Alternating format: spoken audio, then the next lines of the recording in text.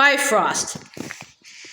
While Thor was banished to Midgard, Loki used his time in Asgard to dominate the realm. The Bifrost, being the key to travel between realms and also a powerful force of energy in itself, was an integral part of his plan.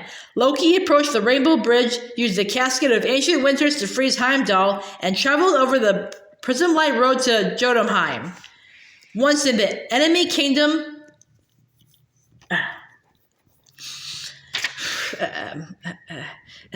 Loki set out to seek Loki. Upon finding the Jotun king, Loki disclosed how he had sneaked in the Frost Giants during Thor's coronation and offered Loki the opportunity to re-enter Asgard, this time to murder Odin, who was in the mystical Odin sleep.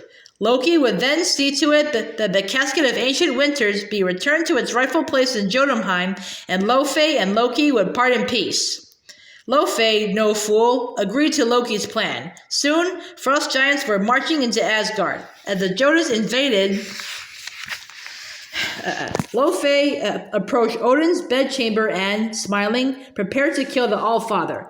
But just before the deed was about to be done, Loki murdered Loki. Now he would be hailed as a hero, and with Thor banished to Midgard, he would be the rightful ruler of Asgard.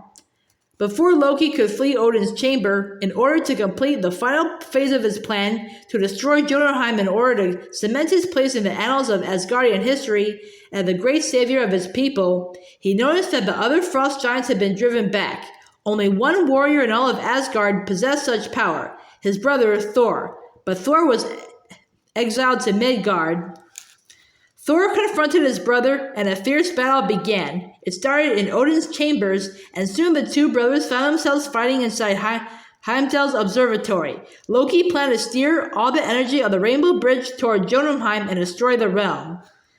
Thor flew toward Loki and began a struggle with him again, but Loki did not betray his reputation for quickness and trickery.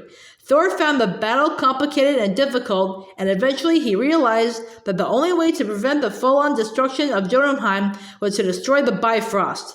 He thought about his adventure at Midgard and all that he learned and learned to love there. He might never be able to return it if the Bifrost was destroyed.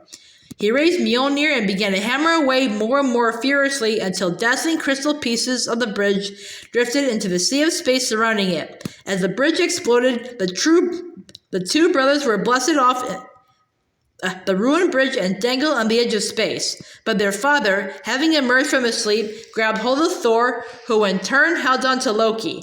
Thor did everything he could to save his brother, but Loki allowed himself to slip from Thor's grasp and fell, screaming, into the void of space.